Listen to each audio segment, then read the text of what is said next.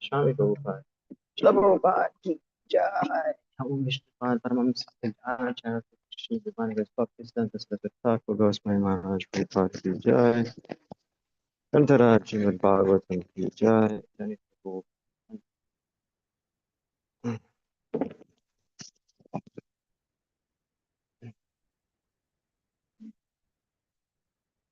Reading from Prabhupada Lilam Gita. Lots of ground to be covered.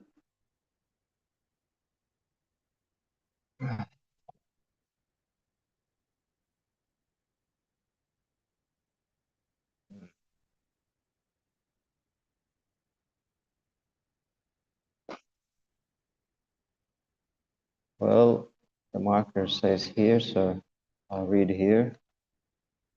Gorakhpur, February 3, 1971.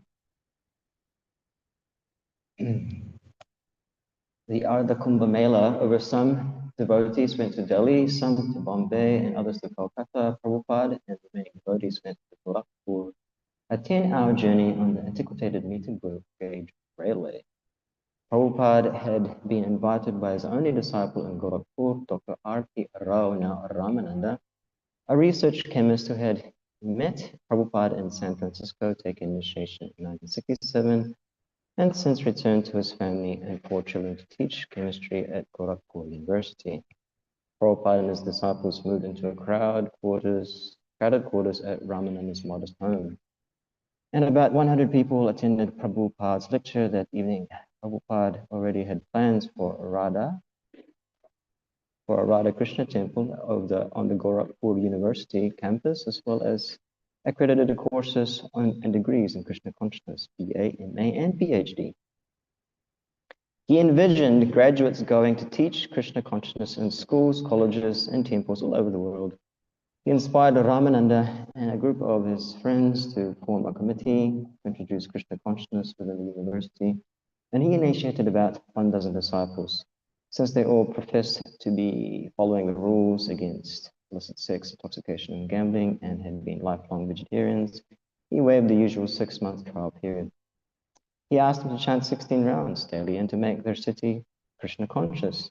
In his absence, they should maintain Ramananda's home as an active ISKCON center and try to establish courses in Krishna consciousness at the university. Srila Prabhupada ki jai.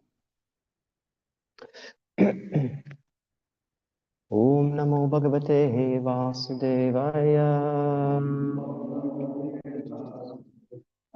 Om Namo Bhagavate Vasudevaya. Om Namo Bhagavate Vasudevaya.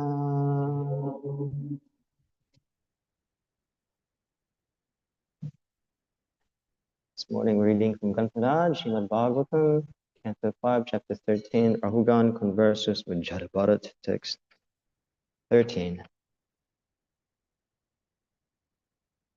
Anyonya Vita Vyati Sangha Vridha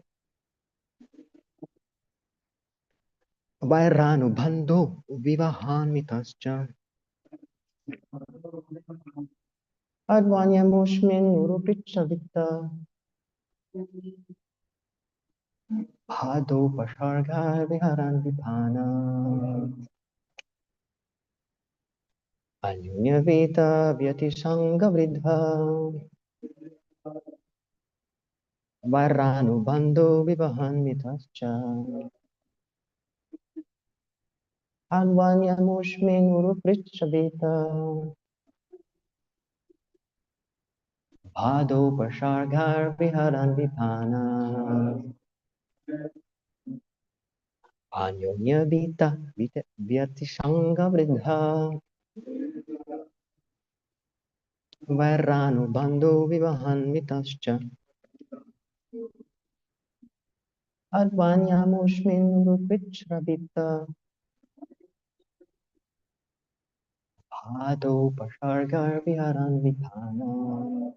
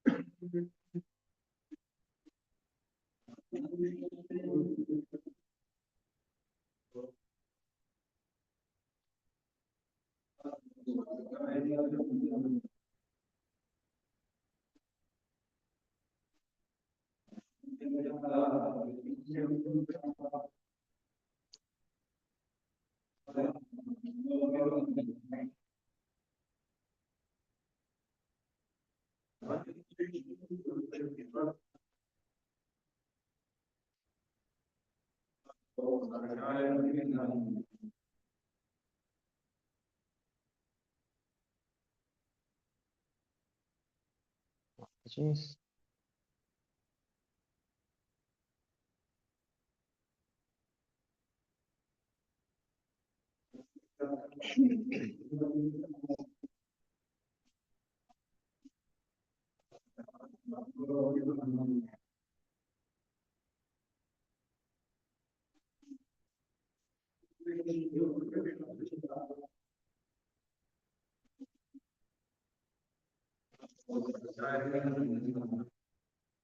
Synonyms kindly repeat.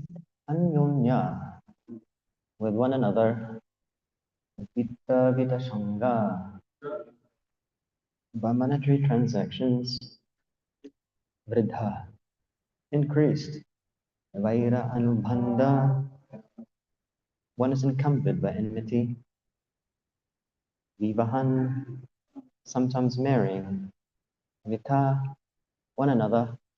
Cha, and Advani, on the path of material existence. Amushmin, that. Urukritra, by great difficulties. Vitta Bhadha, by scarcity of money.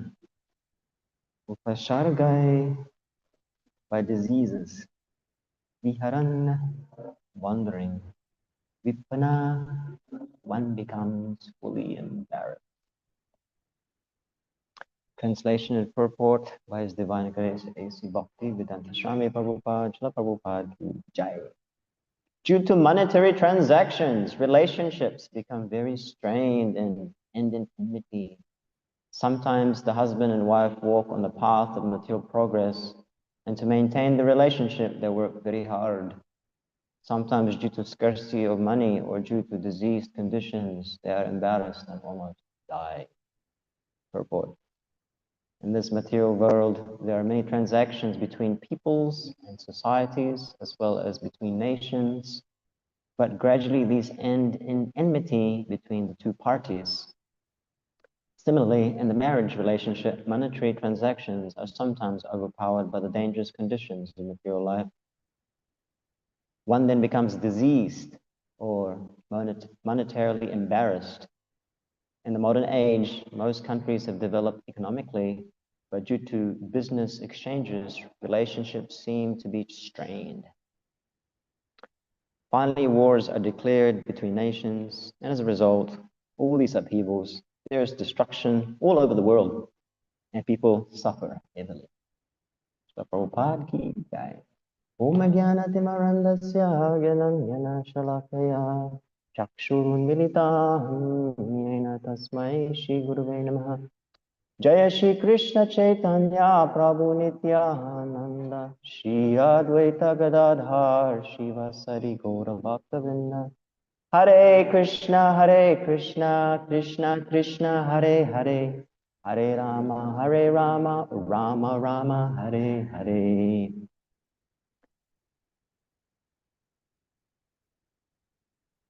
So if you want to feel optimistic about material life, this isn't the best chapter.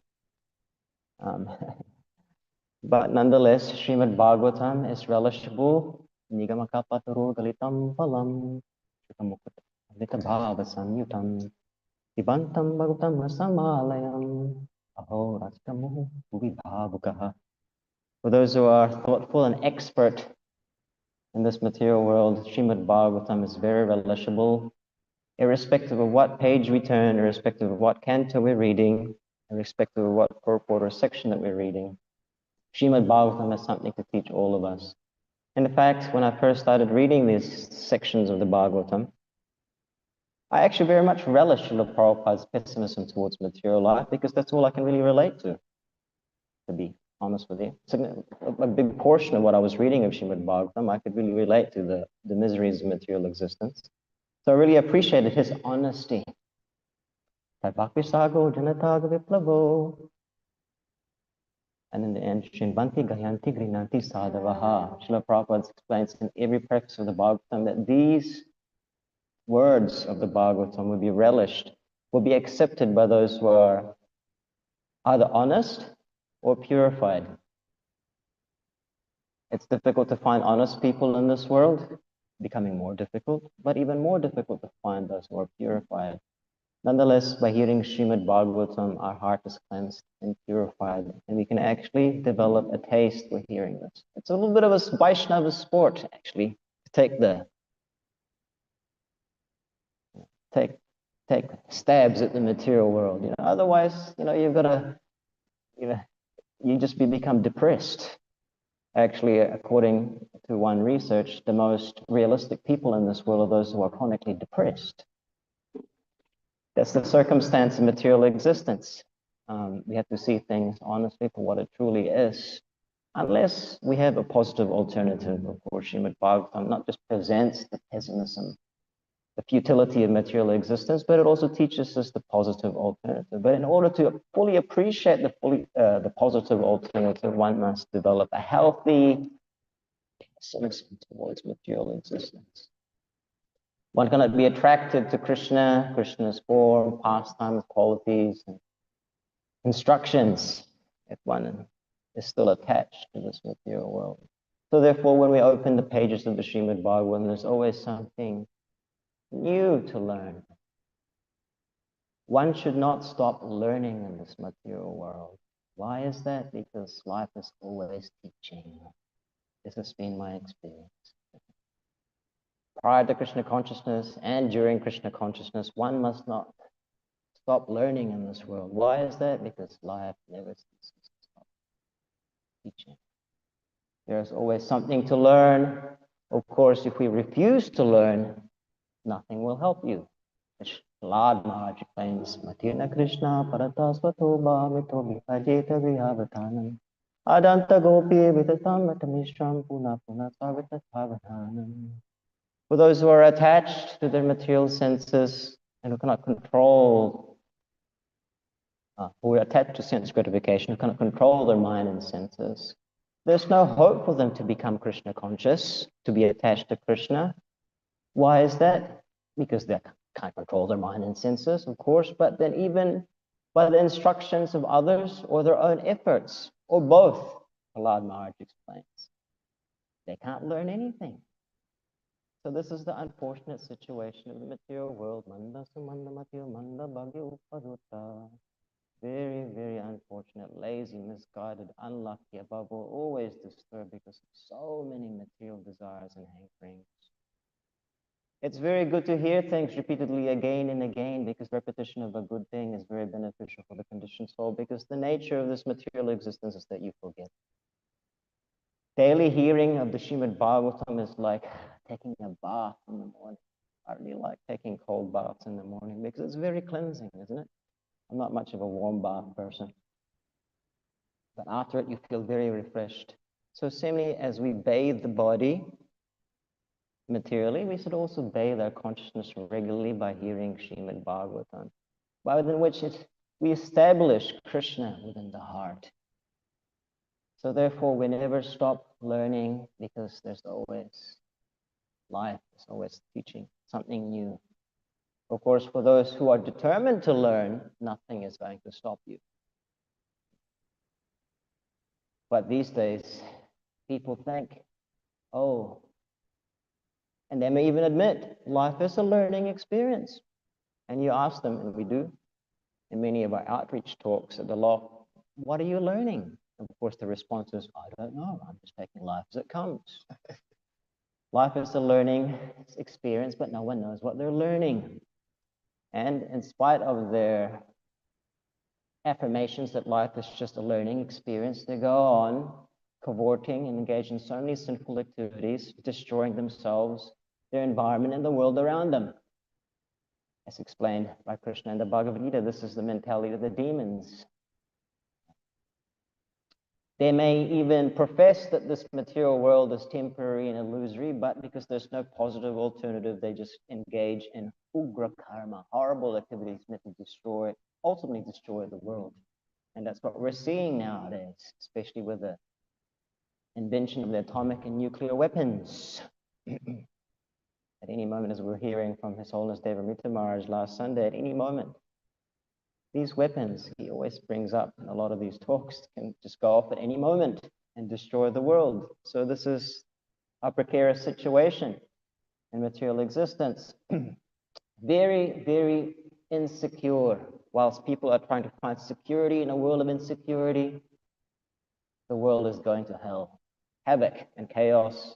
We're trying to find stability in a world of no stability. We're trying to find permanence in a world of impermanence. Happiness in a world of unhappiness.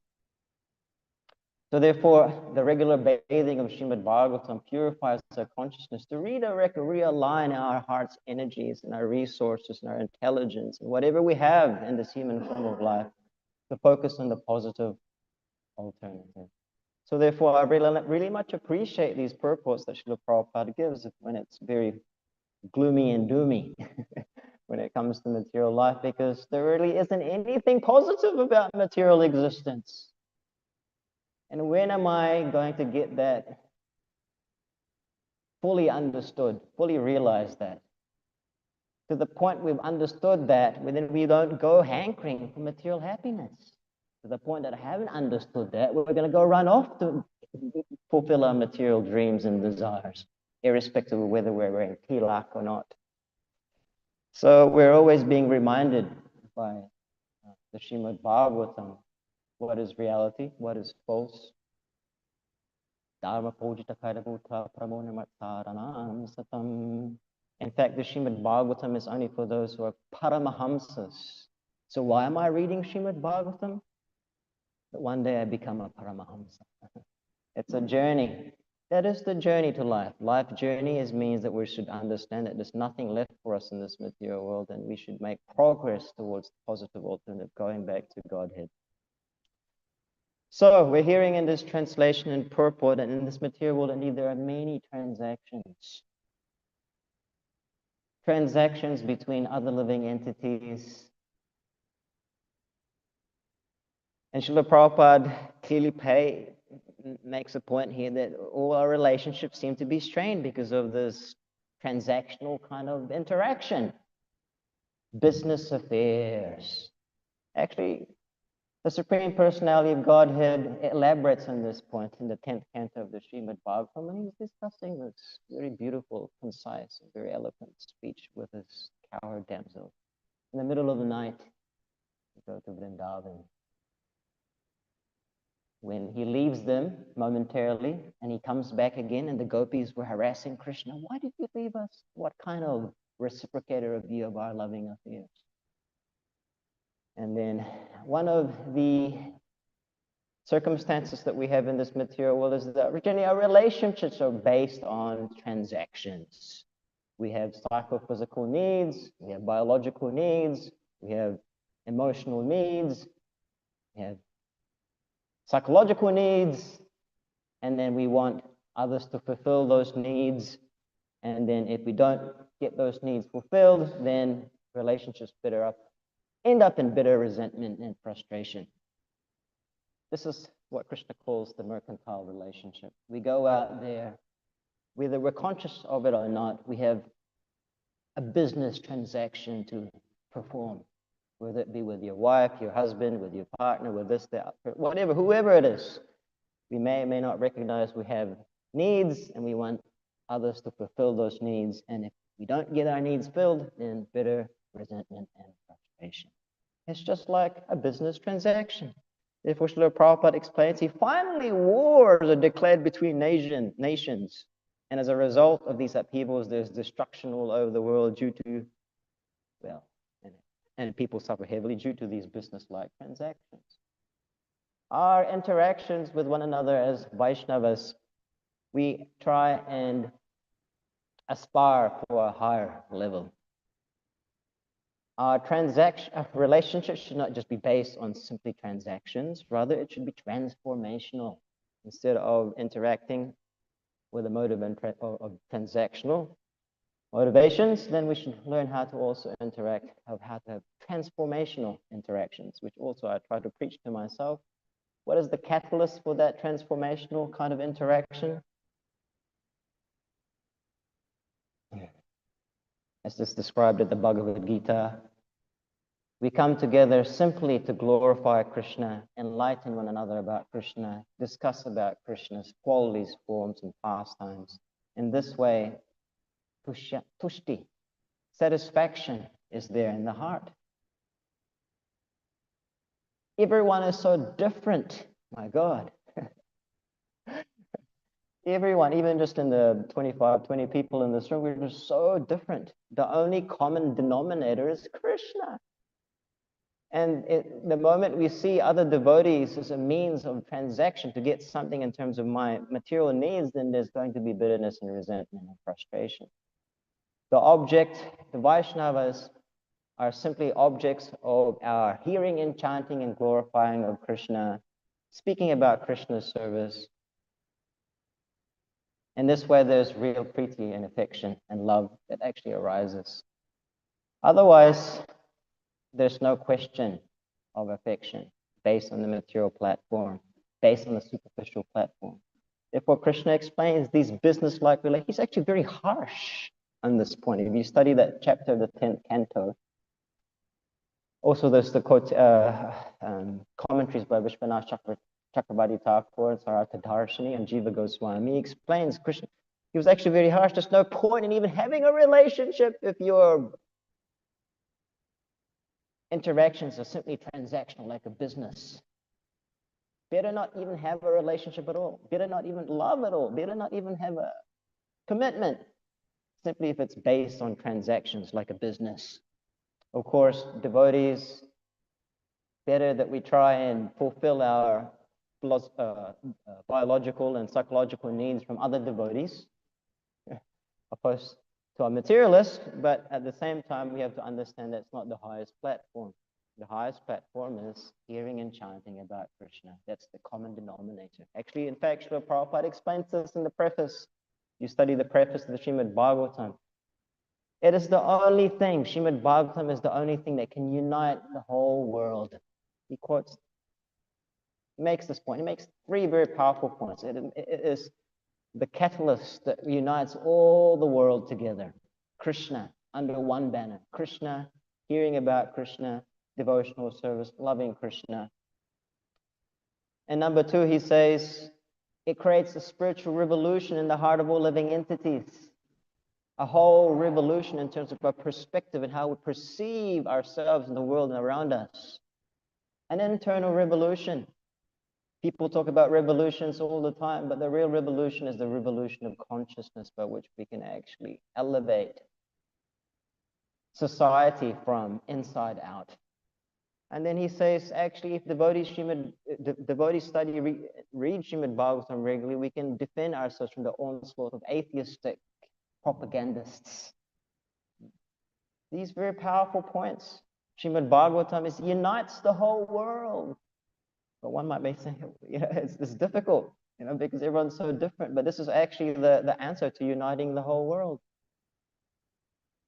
amongst everyone's differences. So Krishna explains in the 10th canto, better not have a transactional relationship simply if you're just going to have some kind of business. When you're trying to interact with others, of course, then he explains other kinds of relationships. Of course, you can be a selfless giver. Like the pure devotees, they're always just giving and giving and giving and giving and giving, irrespective of whether they receive or not. They're not calculating like the mercantile type individuals, the business-like individual who's always calculating, oh, look how much I've done and how much you reciprocated and how much you reciprocated and how much I've done, and that's how much I'll reciprocate. And that's like a business deal. But for the pure devotees, they're always just giving and giving and giving, irrespective if they get nothing. This is a very high level of selfless giving. Means that you have to be actually plugged into the Om Purnam Mada Purnam Idam, the source of all love, which is Krishna. It's just like if you plug your laptop into the power source, the laptop will keep on working as long as it's plugged into the power source. Similarly, when a devotee is plugged into Krishna, then it doesn't matter. You're just giving. You're a conduit for Krishna's love through you, and you can give unlimitedly because you're connected to the unlimited source of all love. And you can just keep giving. Year after year, decade after decade, you can just keep giving, whether you get reciprocation or not. This is Prahlad Maharaj. We can, from this example, his father has committed so many atrocities towards his son. Well, of course, when I was Prahlad's Krishna, he's so plugged into Krishna to the extent where he was thinking that his father was just playing with him, even though he was trying to kill him. He only wanted goodwill to his father, who was inimical towards him. So this is something to aspire for. Krishna explains in the 10th canto, this is another kind of loving relationship. The real kind of loving relationship based on the Krishna platform. Of course, there's something like that in the material world. The familial relationships between our bodily concept of life, where we consider because someone else is of a similar bodily type to us, then we may want to give to those individuals or those persons, or specifically children. We like to give to children so much. The mother, the father is always giving to their children. Why is that? Srila Prabhupada explains that it is the closest thing to real love, but it's not quite there. It's still got a bit of selfishness in there, because the conception is that, oh, it's come from my body, and therefore to give to this is like giving to my body.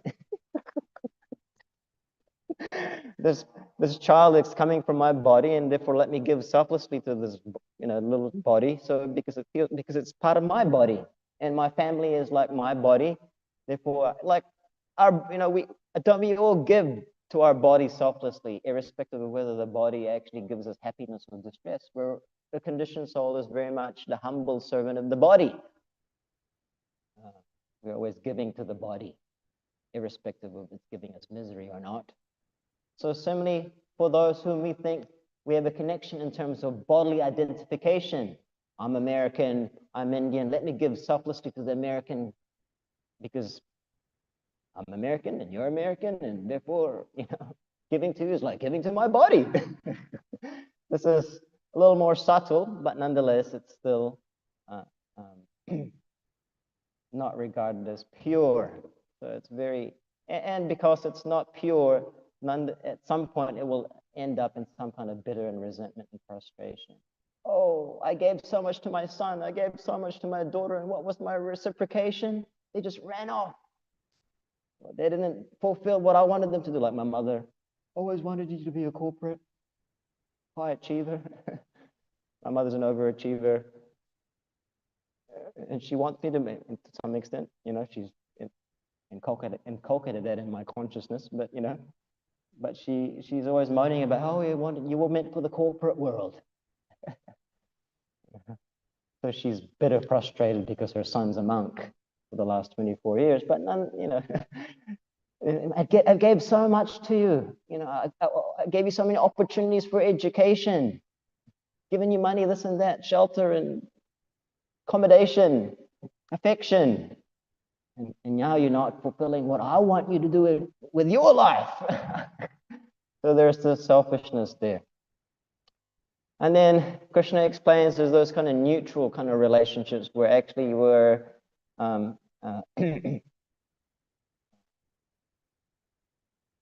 the interactions are very indifferent. And according to how we're situated in our consciousness, there's the Aptarama, those who are self-satisfied, who are actually in the Brahman platform, who don't have any need to work in this world or have no need to do anything, have a relationship or interact, because they're sukhaisa katika shacha. They're satisfied in the Brahmana Vipatishtaham, that they're situated in the Brahman platform, therefore they're neutral towards, or they're indifferent towards others.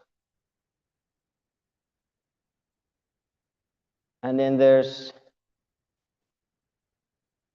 those who are foolish, kritagya. Krishna also explains, although you may do so much for the other person, because they're so self-absorbed, they can't actually appreciate what you've done or can even see what you've done. What to speak of appreciation, it's just someone who's completely selfish. You give to someone so much, but they don't respond in kind at all. Krishna says this is the greatly foolish individual, the kritagya, the stupidos. They don't know how to have a reciprocating or reciprocal relationship because they're so self-absorbed in their own mind, they can't even perceive how much others have done for them. So again, Krishna says this is another one of those types of very neutral, indifferent.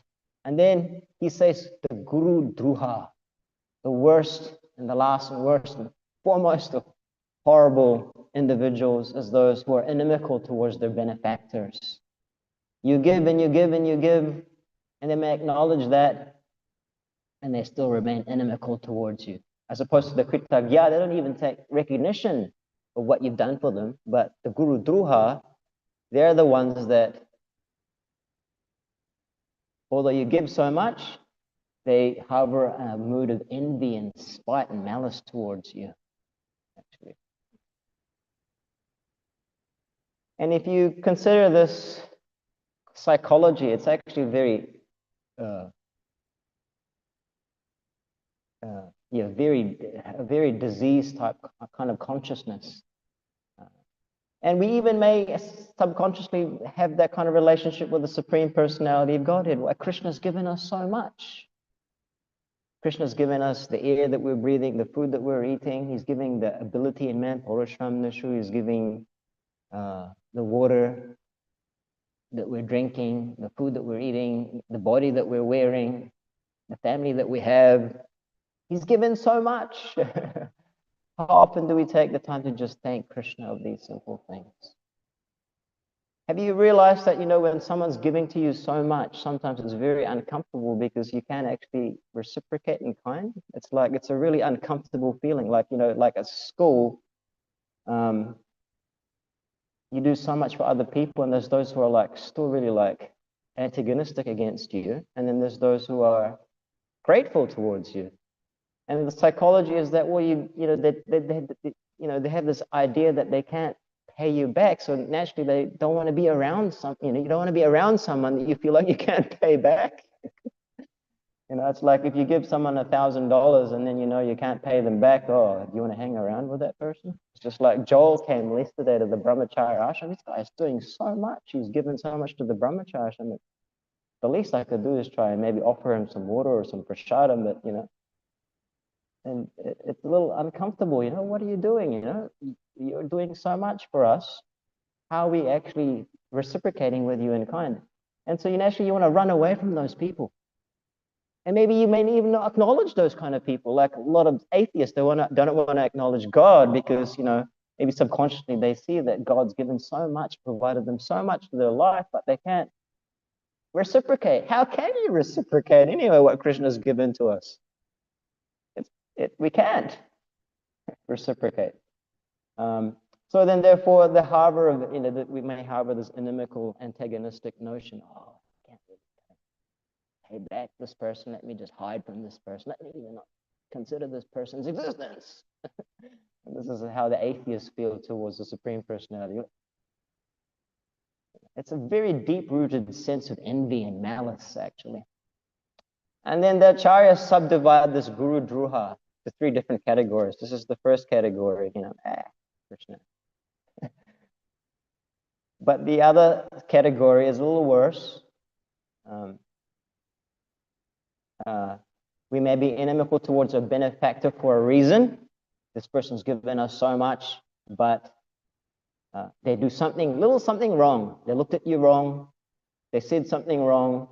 They did something wrong, or maybe they, just tiny little thing, It may sometimes small things that build up. And so therefore you become malicious towards that benefactor. And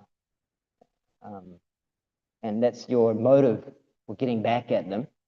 And the worst of the guru druhas are those who have no reason to be inimical, and they go out of their way to actually do something nasty to you. They go out of their way, like they've got no reason at all, whatever, to be envious or malicious towards you, but they'll just go out of the way to burn your kopins or something, whatever they do, steal your prasadam, put a bomb in your car, whatever, they just the kind of people that just go out of your way to just make your life hell, and they'll interpret everything that you do, you say, you act upside down, oh, you did good for me. Oh, no, you didn't do good for me. You said that. Oh, no, you didn't say that. Whatever you do, it doesn't matter. They'll just turn it upside down and they'll just to make your life hell. So, Krishna explains this very, very systematically throughout the Bhagavatam, and the previous acharyas give their commentaries and make such elusive explanations of these different kinds of interactions in the material world. And this is enough, I'm convinced, enough to get the hell out of here. Because this is what makes this, this makes the world, the people make the world. It's the people that make the institution. It's the people that make society and nations. And quite frankly, it's, looking at the people, I don't want to be here, man. I'm out of here. I interact with people every day on book distribution, and it's sad. It really is sad. Why the hell would you want to stay in this material world? Because, you're meant to have a loving relationship with these people. They're all crazy. Poor, crazy people that want something from you that you can't give them because ultimately they want love, right? And you can give them Krishna, of course, that's the source of all love. That's the greatest thing you can give them. But if we make the mistake of thinking that we can fulfill their unlimited desires for loving reciprocation and, attention, forget it, But that's what people demand of you when they want to hook up with you, You will fulfill all my desires unlimitedly, eternally, because you will be my God. And for those who are deluded, yeah, I'm your God. I'll fulfill all your desires. I'll be your man. I'll be your woman. And people, as Holiness Devamrita Maharaj explained last Sunday, the men are wasted, spaced out, and the women emotionally devastated. Because no one knows how to have a transformational interaction with Krishna in the center. We're just having transactions. A business transaction, as we're hearing in this purport. Therefore, Srila Prabhupada says, finally wars are declared between nations, and as a result of these upheavals, there is destruction all over the world. And people suffer very heavily. Why just that one? Where do we repose our loving propensity? It's not in the tiny jivas. That's why it's explained in the Nectar of Devotion. Bhishma Dev defines pure love, paraphrasing. that all our heart's energies are to be reposed on one person and one person only, and that is Krishna. Otherwise, you will be dissatisfied. There will be some bitter resentment. There will be some frustration. Don't expect anything from the tiny jivas. You can expect frustration, and even amongst the society of devotees, we're all convalescents. We're all in a convalescent state. In other words, this ISKCON institution is a hospital. That's the reality. That's the reality of the situation. Some patients are moving forward at 100 kilometers an hour. Some patients aren't moving at all. And it all comes under the garb of the Hare Krishna movement. So we want to inspire and encourage everyone to have transformational interactions. And I'm just preaching to myself.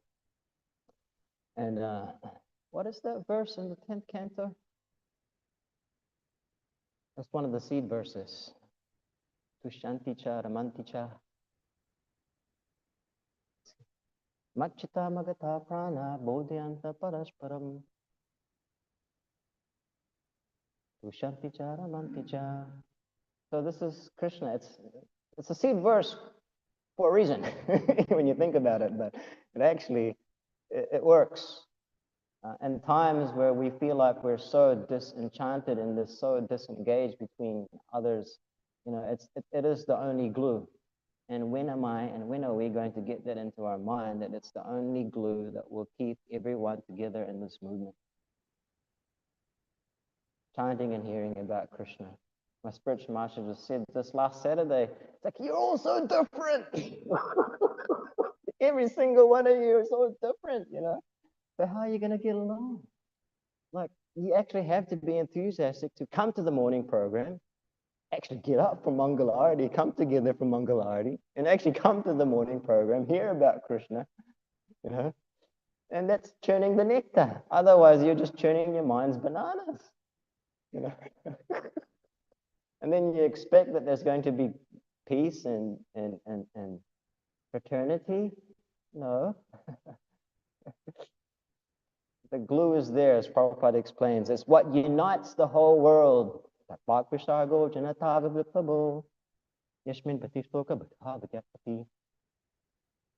In every preface, he quotes this verse. So look at the poor people in this world. We have the answer. Are we convinced of the answer? How much are we convinced of the answer of Krishna Katha?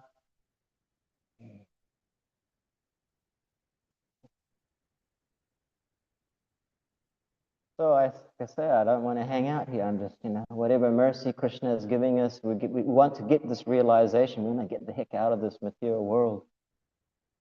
And how does Krishna reciprocate with his devotees? You might think, well, actually, Krishna explains furthermore in the 10th canto of the Bhagavatam, I'm none of these. Although it may appear like that. Krishna says, it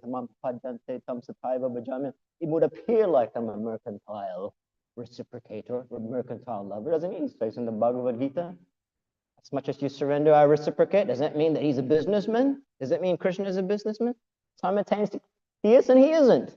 Krishna is actually a paradox. He's unlimited, eternal paradox. Krishna is a selfless giver because he's always giving us so much. Although we don't even recognize his existence oftentimes. We're not Krishna conscious. He's always giving. At the same time, he's indifferent, like people like Duryodhana. So simultaneously, he's a giver and he isn't. He would appear to be selfless and he isn't. He's up to Ram. He's fully self-satisfied. Actually, he is the source of Brahman.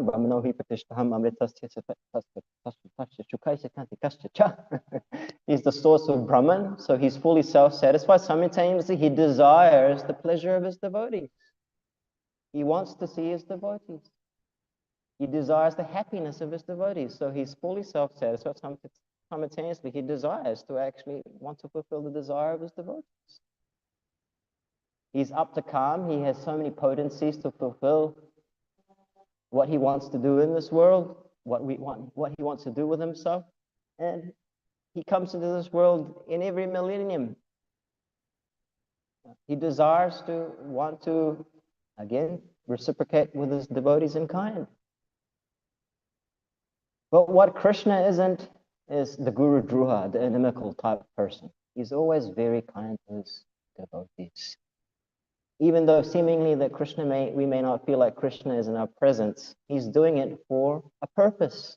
Like he left the gopis in the middle of the night to increase the desire of their love towards Krishna, to increase their ecstasy towards Krishna. For those who are on the platform of prema, he does that. For the conditioned soul, sometimes we may feel Krishna's presence not there because he wants us to learn humility.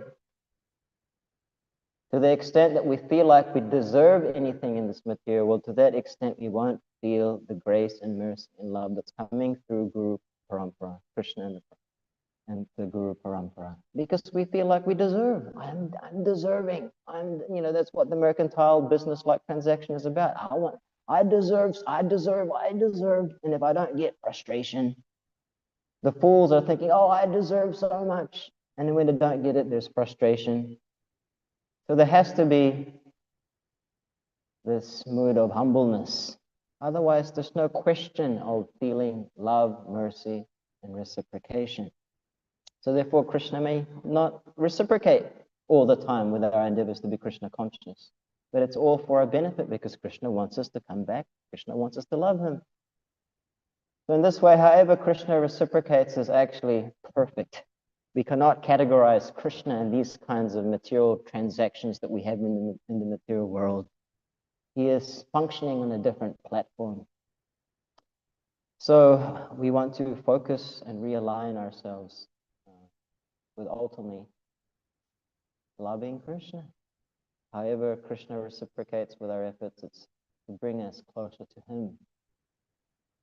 And we're hearing so nicely in these sections of the Bhagavatam, don't find your consolation in this material world, ladies and gentlemen. Don't find your respite in this material world, dear friends.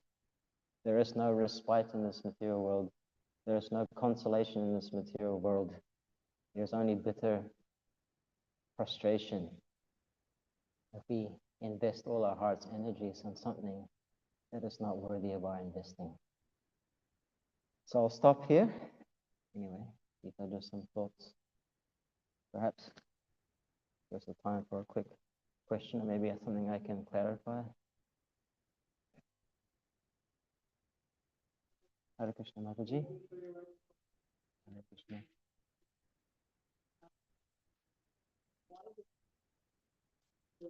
Why? Can you not? Why? Sorry, the echo is really bad. Why? Why? English is. Why Srimad Bhagavatam can unite? Right. Wow, this is like Bhakti Shastri. You know more than me. You're very senior. You do so much book distribution. You've seen so many miracles in your time and how Bhagavatam. You just listen. What is the essence of the Bhagavatam? Chanting Hare Krishna. Have you seen this morning everyone dancing in front of the deities? My God, I wouldn't be caught dead with these people in material life. I wouldn't be hanging out with him, and I wouldn't be hanging out with any of these guys, But somehow or other, we're like, Haribol, Haribol. That's unity in diversity. And we could have more of that if we're not so caught up in our own mind. We can actually have more of that. If we actually come to the morning program and the evening program, we can actually have more of that, But the problem is the mind is such a powerful thing. We think that there's another solution. And that's the problem. We're not actually convinced that the Bhagavatam will unite the world. Why is that? Because we think there's other solutions.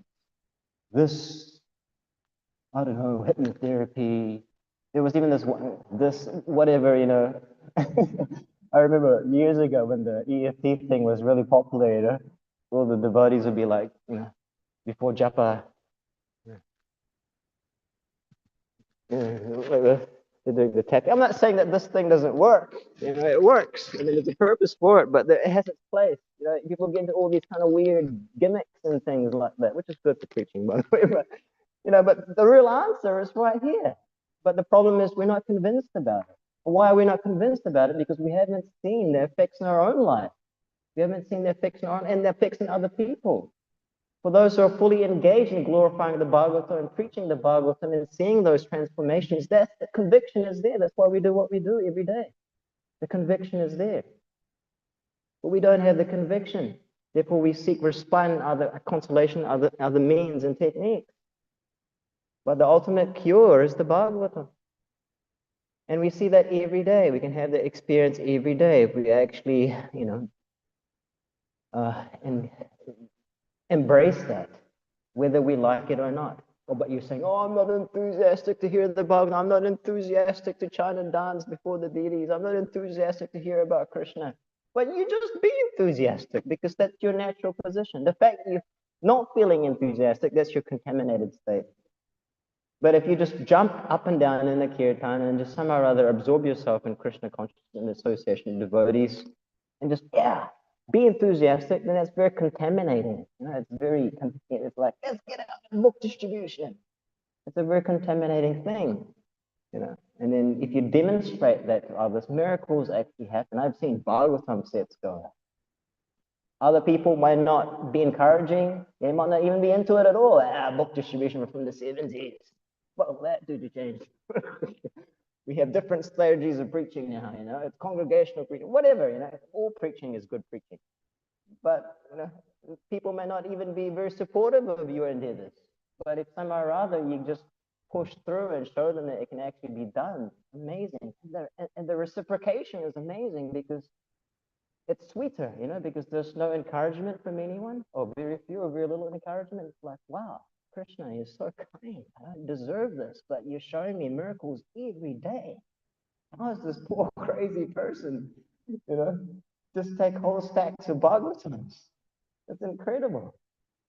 You witness that and you get that conviction and you demonstrate that. That's the best preaching you can do. And we can see it's uniting people every day.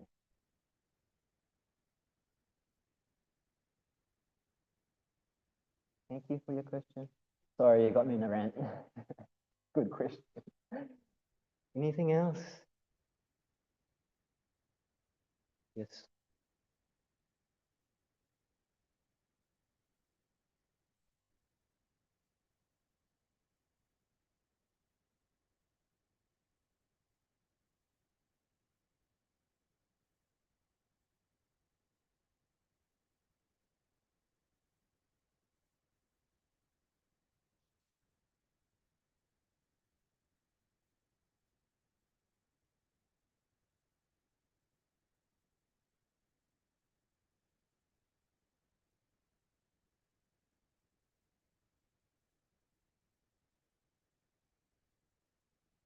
It's good that devotees find and meet those needs within the association of devotees. That's totally fine. And that's why people get married.